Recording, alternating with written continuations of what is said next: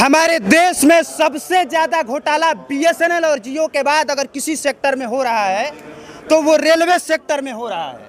आप सबको ये जान के आश्चर्य होगा, और आश्चर्य नहीं होना चाहिए, ये रियलिटी है कि कोरोना खत्म होने के बाद, गामा और ओमिक्रॉन खत्म होने के बाद लगातार यूपी में इलेक्शन हुआ है, अभी हो रहा है, लेकिन रेलवे द्वारा जो गाइडलाइन जारी की गई थी अभी तक से उसमें बदलाव नहीं किया गया। और ये घोटाला नहीं है तो क्या है, एक आदमी बस बता दे, क्योंकि अभी भी जनरल का टिकट अगर आप टिकट काउंटर पे जाके मांगे तो वो अवेलेबल नहीं है।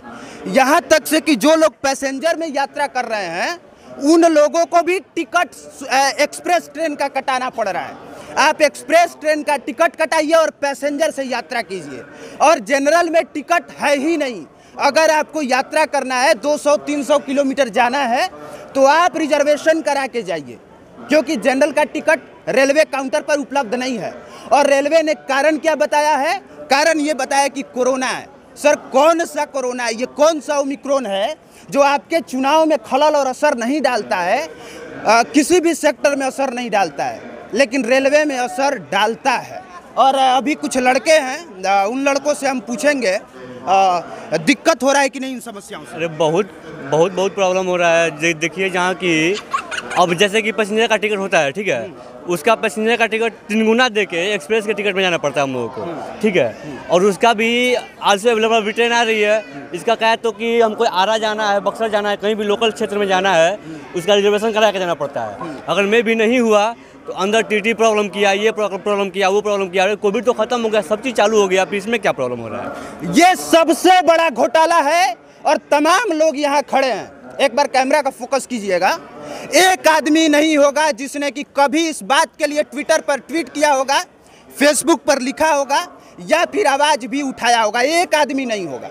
और ये घोटाला है, ये बहुत बड़ा घोटाला, एकदम पारदर्शिता घोटाला इसको कहते हैं, पारदर्शी तरीके से। क्योंकि जब आप कोरोना का हवाला देते हैं, ओमिक्रॉन का हवाला देते हैं, और जब सारी चीज़ें खत्म हो जाती हैं, इसके बाद भी अगर आपके नियम में बदलाव नहीं होता है, तो रेलवे मंत्री अश्विनी वैष्णव जी, इससे ज़्यादा थूथू आप और कुछ करा नहीं सकते हैं। क्योंकि आरआरबी और एनटीपीसी पे जो आपने थूथू कराया है वो बताने की ज़रूरत नहीं। ये बताने की ज़रूरत नहीं है कि आज भी अगर आपको टिकट कटाना है और अगर आप ऑनलाइन टिकट करते हैं, सबसे बड़ी तो समस्या ये है कि अगर आप रिजर्वेशन में अगर आप ऑनलाइन टिकट करते हैं तो उसकी कोई वैल्यू नहीं है अगर आप वेटिंग में रह जाते हैं तो। ये 3 बड़ी समस्याएं हैं, और जब तक से ये तीनों समस्याओं का सुधार नहीं होगा, वादा कर रहे हैं जिस तरह से बीएसएनएल और जियो और 28 दिन और 30 दिन वाला महीना ट्रेंड में आया है ना, उसी तरह से रेलवे और ट्रेन भी ट्रेंड में आ जाएगा। बस आप लोग सपोर्ट कर दीजिए और जितना जल्दी हो सके इन नियमों में बदलाव हो। 3 बड़े मुद्दे, और इन 3 बड़े मुद्दों के साथ मैं ये न्यूज़ कवरेज को यहाँ पे ख़त्म करूँगा। पहला मुद्दा ये है कि जनरल का टिकट अवेलेबल कराया जाए। दूसरा जो मुद्दा है, आइए, दूसरा जो मुद्दा है, क्या नाम है आपका? गोपाल कुमार।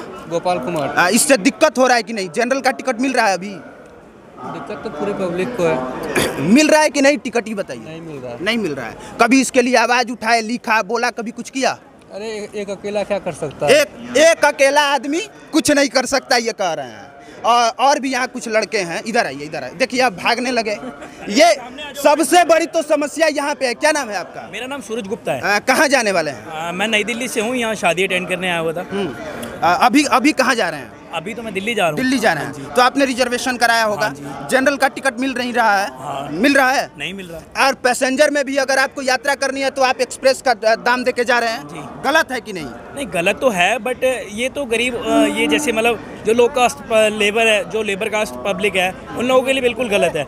बिकॉज ऑफ जैसे जो टिकट 100 रुपये की है वो यहाँ हम रिजर्व कराएंगे तो 300 रुपये की मिलेगी।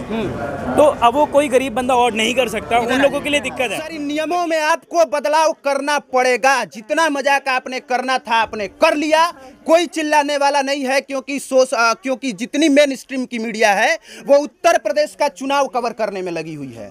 बीएसएनएल और जियो का मुद्दा हर आदमी, यहाँ जितने लोग बैठे हैं ना, दिखाइए कुंदन जी, ज्यादातर लोगों ने देखा है। और इसके बाद भी एक भी मेन स्ट्रीम की मीडिया एक भी मेन स्ट्रीम की मीडिया ने इस खबर को कवर नहीं किया है। और अब इतना बड़ा प्रॉब्लम रेलवे को लेके हो रहा है, लेकिन किसकी सरकार बन रही है, किसको ज़्यादा वोट मिल रहा है, मेन स्ट्रीम की मीडिया ये कवर करने में लगी हुई है। आम लोगों की क्या परेशानी है और सबसे बड़ी समस्या क्या है, ये दिखाने में नहीं, उनको ये दिखाना है कि किस नेता ने किसको गाली दिया, किस नेता ने किसको हरामी कहा, किस नेता ने किसको क्या कहा है। और एक भी ट्रेन समय से नहीं चलती है, और ये देश का इतना बड़ा मुद्दा ऐसे ही हमेशा मीडिया से गायब रहता है। ये लोग बैठी हैं, हम इन लोगों से पूछेंगे कुछ। कहाँ जाना है आप लोगों को? ये जे रघुनाथपुर उतर रघुनाथपुर।